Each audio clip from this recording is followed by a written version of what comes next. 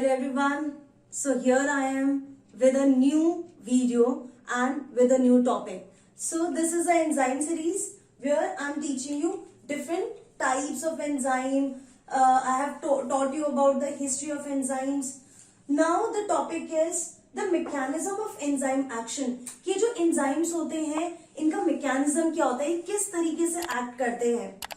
So आपको पता है जो chemical reactions होते हैं वो एंजाइम के बिना भी काम करते हैं but at a very slower rate. ठीक है, बहुत धीमे धीमे से वो काम करते हैं.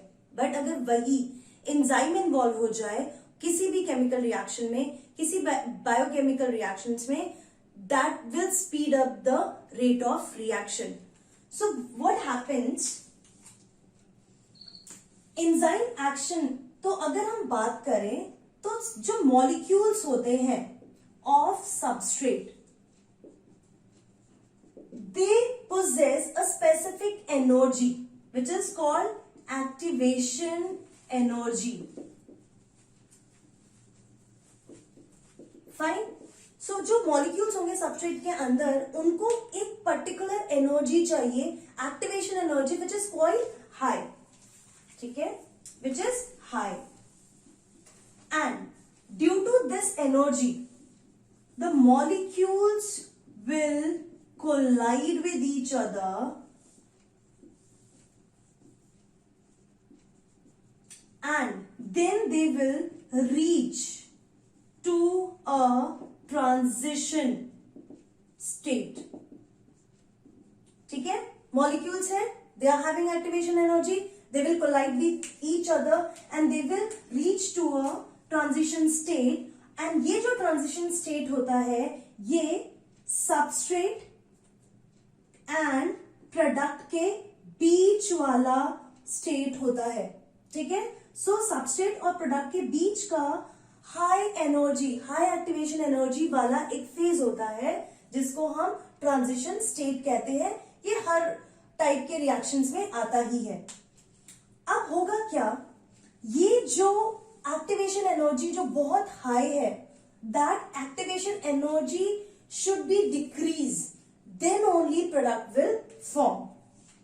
So now transition state, very high activation energy. Activation energy should decrease to make product. ठीक है, प्रोडक्ट बनाने के लिए एक्टिवेशन एनर्जी को डिक्रीज होना पड़ेगा. इसीलिए जहां पे भी एंजाइम इन्वॉल्व नहीं होते उनका जो प्रोसेस होता है वो इतना स्लो क्यों होता है, क्योंकि ये जो एक्टिवेशन एनर्जी को स्लो करना होता है ना, डाउन करना होता है, डिक्रीज करना होता है, इसमें बहुत टाइम लगता है. Because they are at very higher transition state where its activation energy is very high. तो प्रोडक्ट बनने में इसीलिए टाइम लगता है क्योंकि उनकी एक्टिवेशन एनर्जी को डिक्रीज होने में टाइम लगता है. सो जो अनकैटलाइज्ड रिएक्शन होता है it takes a lot of time क्योंकि उनको एक्टिवेशन एनर्जी को डिक्रीज करना है. इसको एक ग्राफ के थ्रू मैं समझाती हूं.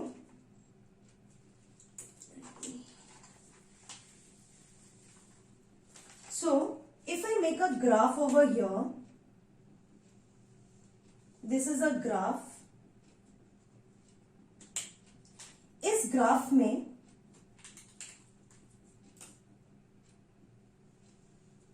you see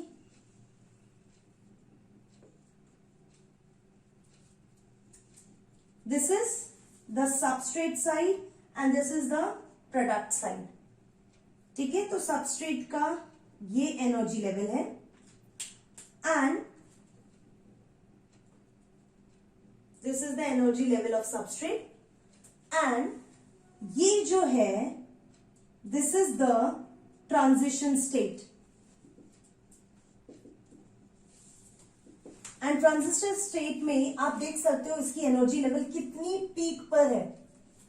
when the enzyme is involve, so this is the activation energy.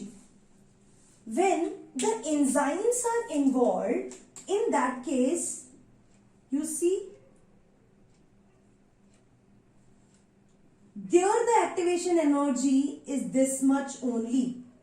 तो इतनी एक्टिवेशन एनर्जी जो एंजाइम की प्रेजेंस में कम हो गई है. So I will say this is the activation energy due to enzyme.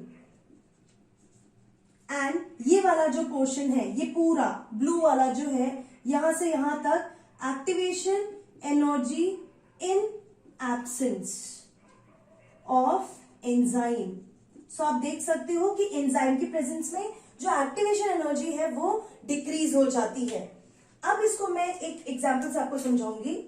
Suppose there are many molecules present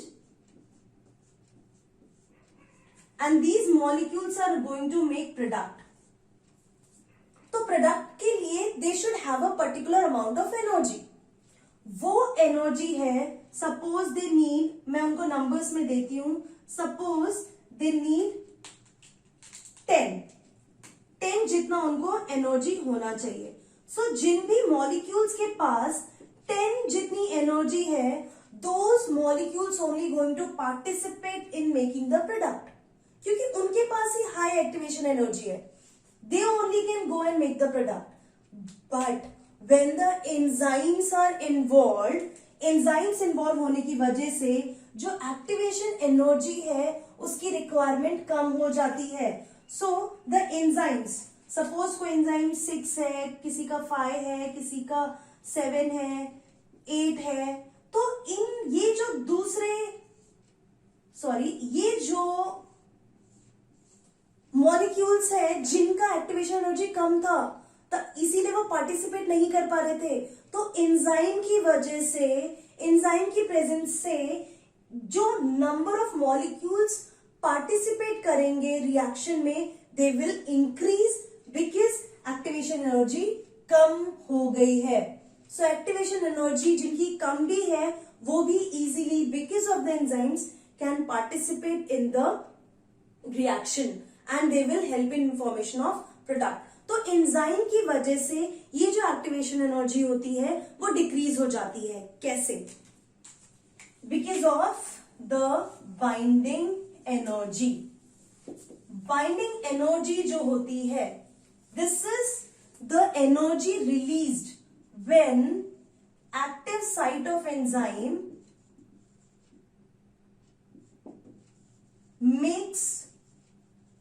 makes a non-covalent bond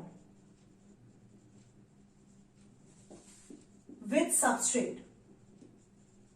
ठीक है, तो ये जो बाइंडिंग एनर्जी है ये एक्टिवेशन एनर्जी को डिक्रीज करता है सबस्ट्रेट के. तो ये कब आएगी एक्टिवेशन, बाइंडिंग एनर्जी कब रिलीज होती है?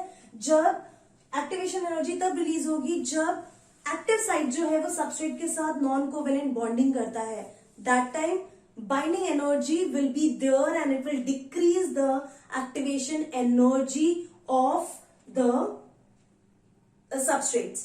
ठीक है, तो आप देख सकते हैं जो एनर्जी लेवल है सबस्ट्रेट का एनर्जी लेवल एंड प्रोडक्ट के एनर्जी लेवल में डिफरेंस है. So during the reaction energy is released. So this is exothermic reaction. मतलब यहां पे सबस्ट्रेट का एनर्जी ज्यादा है as compare to the product. ठीक है, सो इसको हम एक्सोथर्मिक रिएक्शन बोलते हैं. वही अगर रिएक्शन तो एंडोथर्मिक भी हो सकता है. सो वही अगर सपोज यहां पे कहीं पे प्रोडक्ट बनता, फाइन, तो सबस्ट्रेट से प्रोडक्ट का जो एनर्जी लेवल है वो ज्यादा है. इन दैट केस आपने सिस्टम में एनर्जी डाली है and this type of reaction is endothermic reaction. Understood? So what is the mechanism here?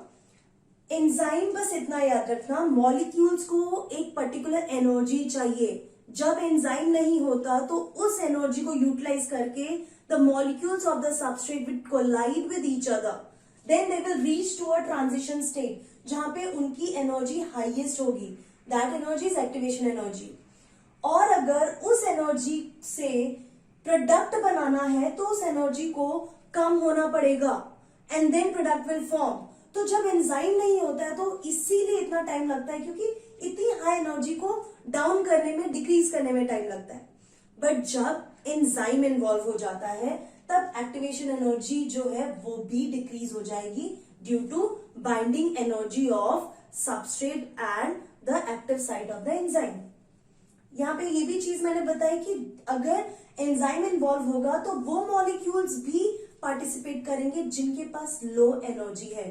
So enzyme की वजह से ज्यादा पार्टिसिपेशन होता है मॉलिक्यूल्स का। देन आई टोल्ड यू, ये जो ग्राफ है आपके टेक्स्ट बुक में दिया हुआ है, इस ग्राफ में दिया है कि सबस्ट्रेट यहाँ पे बना है, प्रोडक्ट यहाँ पे बना है, सिंपल है।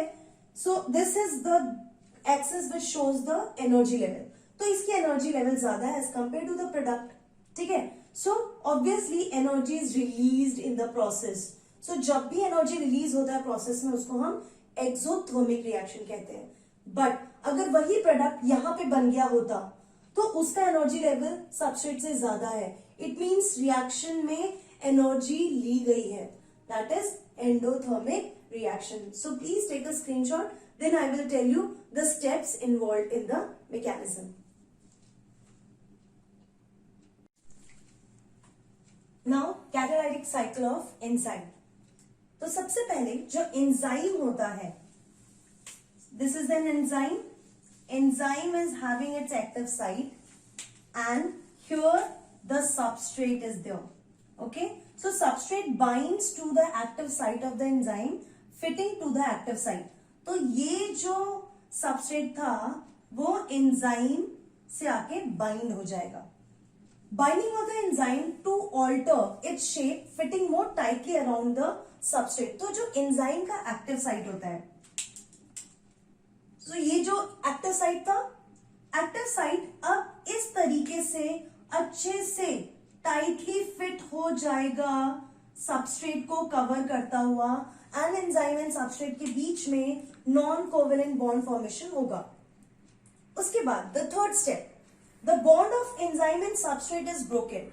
जैसे ही इनके बीच में रिएक्शन स्टार्ट हो जाएगा, रिएक्शन के बाद प्रोडक्ट बना, प्रोडक्ट बनने के लिए सबसे पहले जो बॉन्ड्स होते हैं एंजाइम एंड सबस्ट्रेट के बीच में वो ब्रेक होंगे and new bonds will form between the enzyme and the product, ठीक है। सो जब भी एंजाइम सबस्ट्रेट के साथ बॉन्ड हो जाएगा कंप्लीटली, आप इसको एंजाइम सबस्ट्रेट कॉम्प्लेक्स बोलेंगे।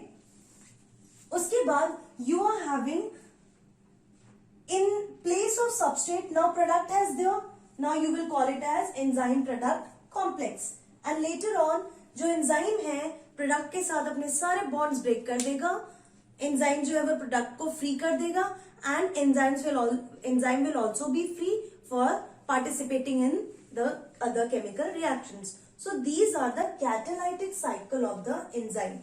तो ये एंजाइम्स के सारे जो रिएक्शंस हैं वो आपको याद रखना पड़ेगा।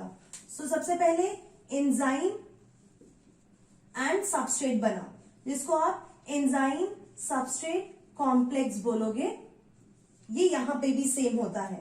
फिर एंजाइम प्रोडक्ट कॉम्प्लेक्स बनता है, एंड उसके बाद एंजाइम अलग और प्रोडक्ट अलग हो जाता है। So this is all about the mechanism of enzyme action, जिससे मैंने आपको एक्टिवेशन एनर्जी के बारे में बताया और किस तरीके से एंजाइम एक्टिवेशन एनर्जी को कम करता है, एंड देन कैटालाइटिक साइकिल को हमने डिस्कस किया। Now see you in my next video where I will tell you about the different models, कि किस किस साइंटिस्ट ने कौन से मॉडल्स दिए थे about the enzyme action. So see you in the next video. अभी भी हमारी एंजाइम सीरीज on है, so don't forget to watch, like, subscribe my videos. Take care, goodbye.